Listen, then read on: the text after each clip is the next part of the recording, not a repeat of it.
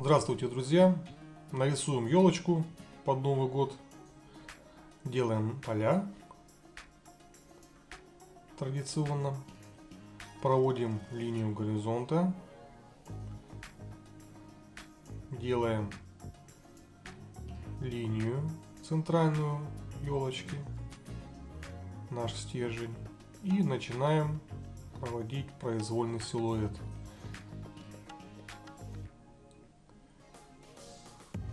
Создаем образ примерный, конечную форму. И начинаем делать, так сказать, скелетик нашей елочки. Прикрепляем веточки. Веточки у нас идут под углом 45 градусов примерно. Расстояние между друг другом практически равное. Опускаясь ниже, веточки можем градус поменять. Делаем центральные ветки, которые на нас смотрят. Также под углом.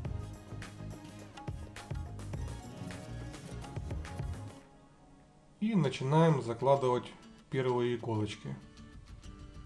Иголочки у нас располагаются подобно хребету рыбки, то есть центральная линия, и разбрасываем их в стороны. У каждой иголки свой угол, своя высота.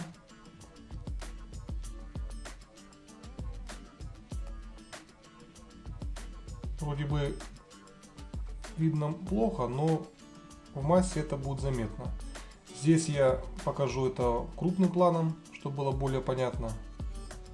Выбрасываем иголки произвольно, меняя немножко угол, высоту, расположение между ними.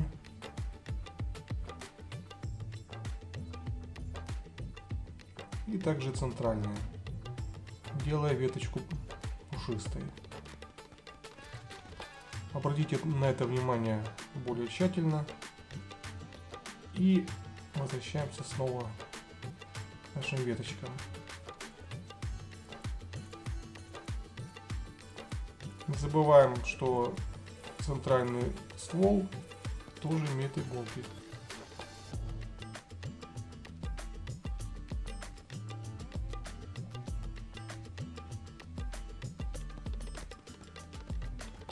Карандаш ходит вперед-назад, чтобы это было более эффективно. Можно по отдельности от стержня проводить, но это немножко утомительно. Если получается у вас иголки одинаковыми, лучше все-таки делать это более осознанно и проводить каждую от ствола.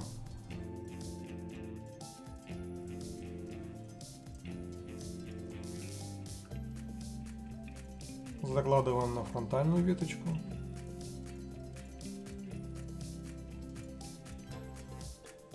Следим постоянно за разнообразием расположения каждой иголки.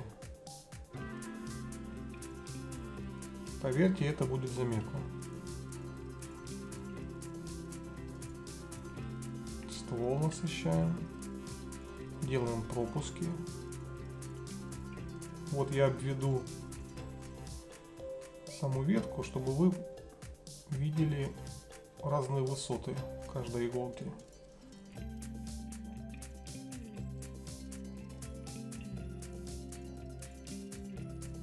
Продолжаем насыщать наши веточки иголками.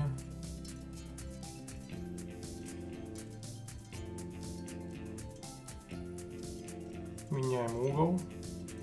Делаем это не очень заметно. Здесь я уже скорость увеличу, потому как принцип повторяется. Нанесение иголок, чтобы мы не устали. Те же самые действия насыщаем идем последовательно. Следим за направлением, насыщенностью. Вот я еще одну веточку приделал. Даем массы нашему стволу. Усиливаем контраст. Наводим веточки.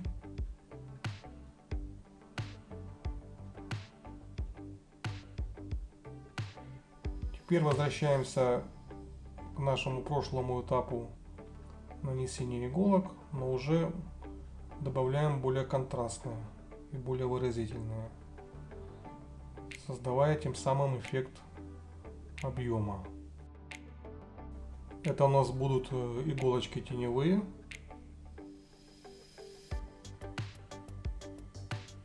Можно добавить маленькую веточку для усиления содержания формы нашей елки.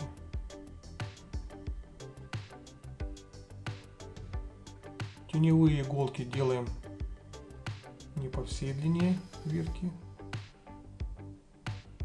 создавая некий эффект прозрачности.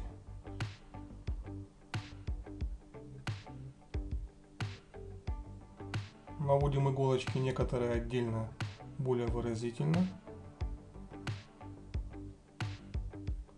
делая елку нашу пушистой.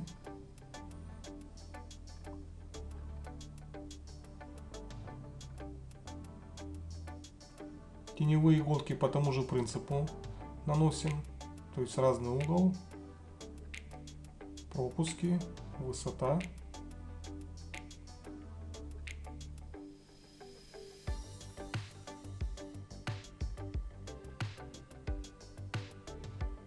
Постоянно следим за разнообразием, потому как в целом это будет заметно. И наша елка будет более живой, реалистичной, сложной.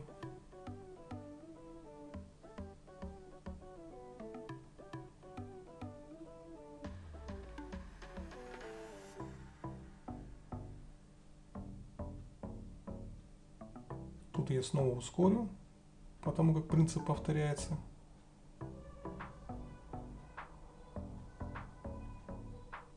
И продолжаю добавлять иголочки.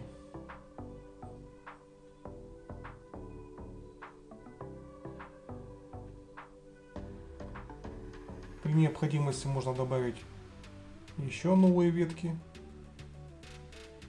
чтобы елка была пышнее, содержательнее.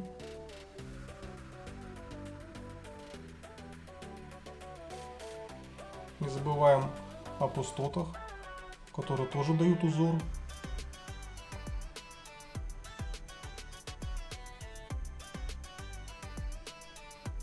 Новая веточка, пересекаемая.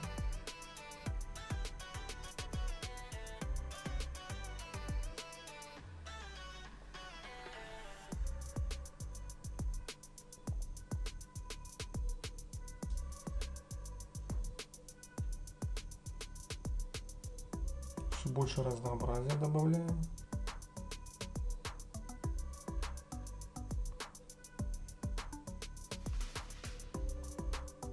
Нажатие у вас постоянно скачет, то есть нагрузка на карандаш. При этом получаются штрихи разных тонов и дает больше объема интересного.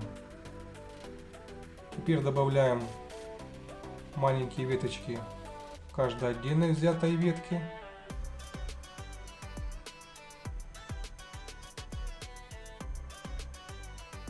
Также следим за углом.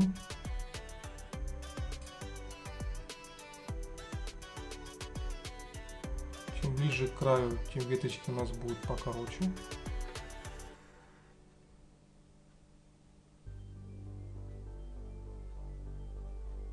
Не перегружаем. Помягче.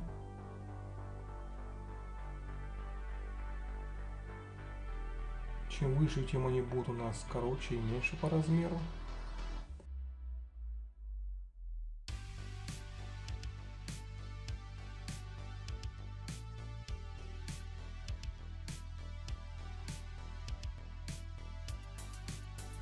Наносим теперь на левую сторону.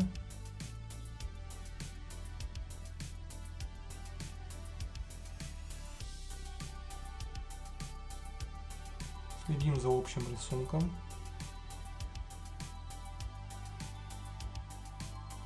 Можно еще одну добавить.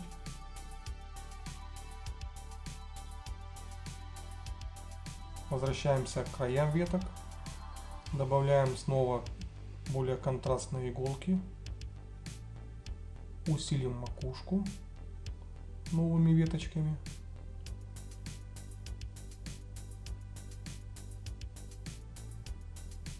Иголки на краях более изысканные, выразительные.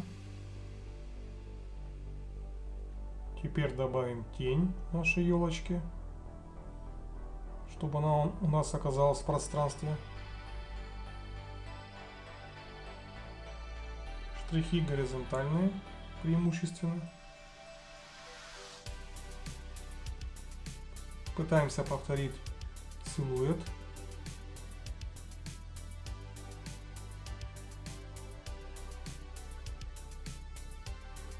Поверхность, где находится наша тень, неровная, и поэтому тень может искажаться.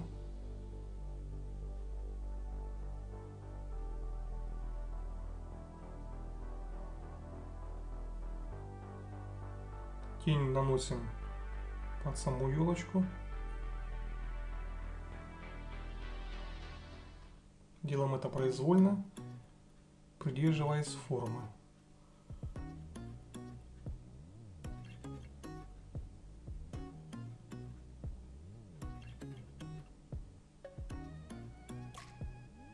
Также оставляем еле заметные пустоты. Можем прибраться, убрать наш силуэт, поля, лишние линии. И переходим к центру елки.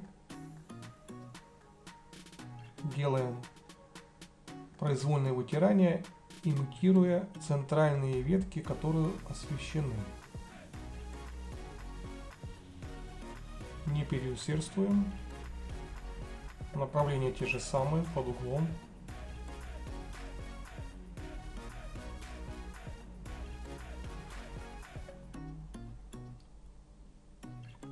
И теперь снова насыщаем иголками, скрывая чрезмерные пустоты, появившиеся.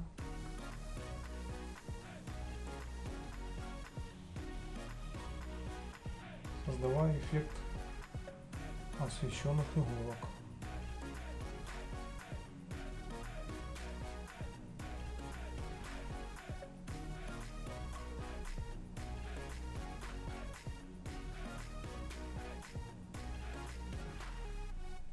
Контраст уже будет тут небольшой,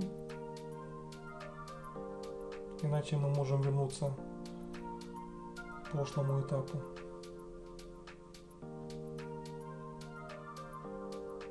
Делаем аккуратно. Возвращаем старые контрастные иголки.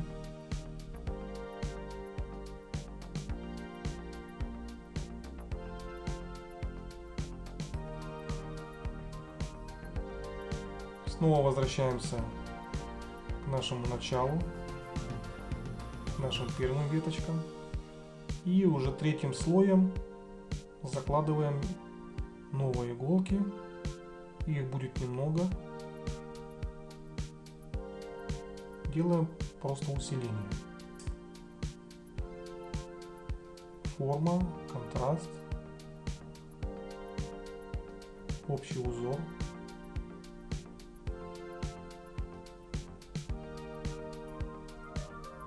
Елочка должна выглядеть колючей. На краях штрихи заостренные.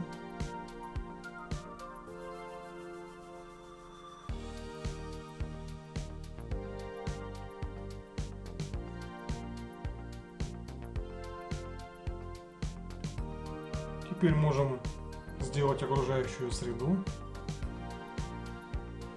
Чтобы наша елочка не скучала, добавим ей друзей, подобных ей. И по тому же принципу забрасываем массу на ветки.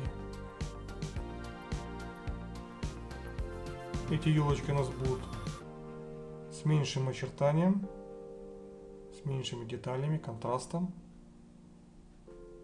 Подключается воздушная перспектива.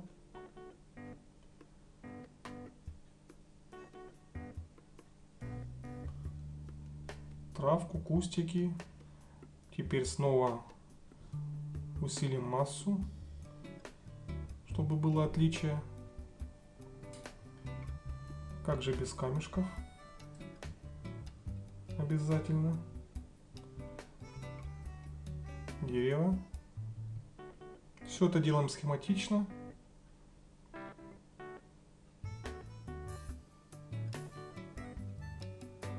Дальний план посадки деревьев, тех же елок, но более крупных, высоких. Штрихи вертикальные. Еще одну елочку и еще одну. Усложняем пространство.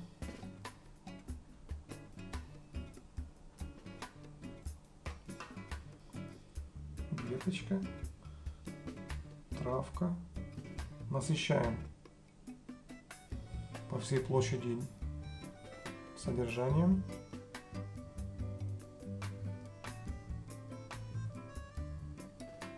Можем усилить тень, поярче сделать,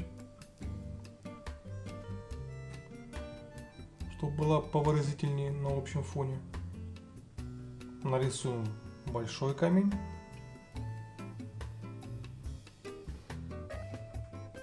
Как его рисовать, у меня есть отдельный урок, можете перейти по подсказочке. В данном случае я его нарисую также схематично, чтобы он на себя не забирал слишком много внимания по выразительности.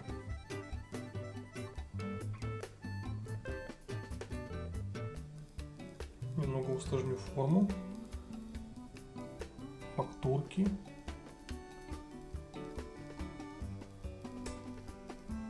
Некоторые текстуры.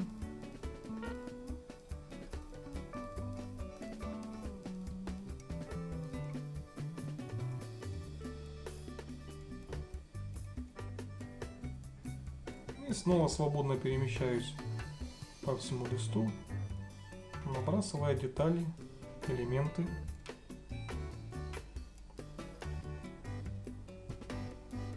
Усиливаю контраст. Слежу за общим пространством. Ощущение воздушности.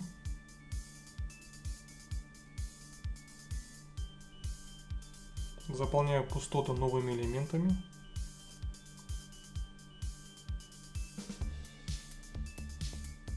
Поправляю.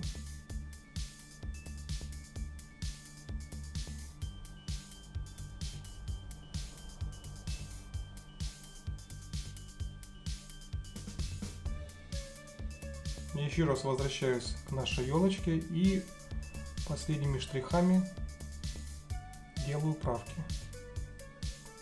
В данном случае я усиливаю теневую часть, чтобы она у нас была поярче, поконтрастнее.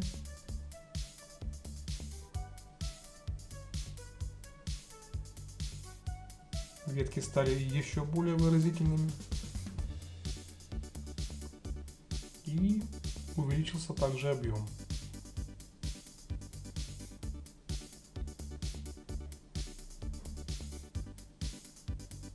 Ну и птичку под конец. Вот наша елочка вышла такая. Берем бумагу, карандаш и смело приступаем. Пробуем. До новых уроков!